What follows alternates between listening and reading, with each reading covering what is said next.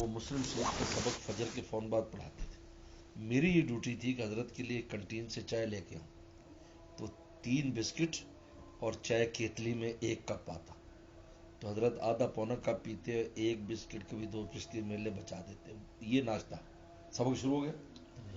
اب یہ سبق چلے گا فجر سے دوپہر 1 بجے تک.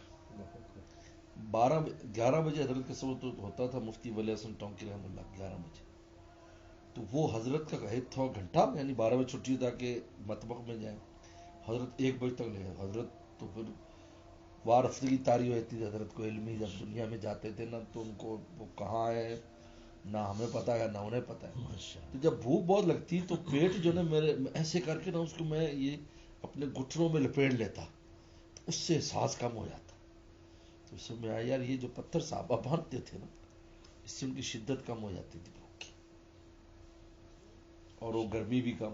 پھر 1 بجے چھٹی ہونی اور ہم نے مطبخ میں جانا, اور مطبخ میں قوم تو کھا چکی ہونی, تو بچے اور ٹکڑے اور نیچے کی جو سالن جو تلچھٹ وہ جمع ہونی, ایسی رغبت سے کھانی جیسے قورمہ بریانی کھا رہے ہیں. اتنا مزہ آنا اس سے کھانے میں. تو یہ جو لکھا ہے کہ پیٹ پر پتھر باندھتے تھے, تو اس کے ایک تو پیٹ دبانے سے وہ معدہ کی حرکت کم ہو جاتی تھی, اور دوسرا یہ ہے کہ وہ گرمی جو پیدا ہوتی ہے معدے میں تو پتھر اس کو جذب کر لیتا تھا. اس سے یہ عربوں کا ایک خاص وہ تھا. یہاں پر یہ عربوں میں ہی سنا گیا, اور یہیں یہ لوگ اس طرح کرتے تھے. حضور صلی اللہ علیہ وسلم 2 پتھر باندھتے تھے, 2 پتھر باندھے, صحابہ پتھر باندھتے. تو یہ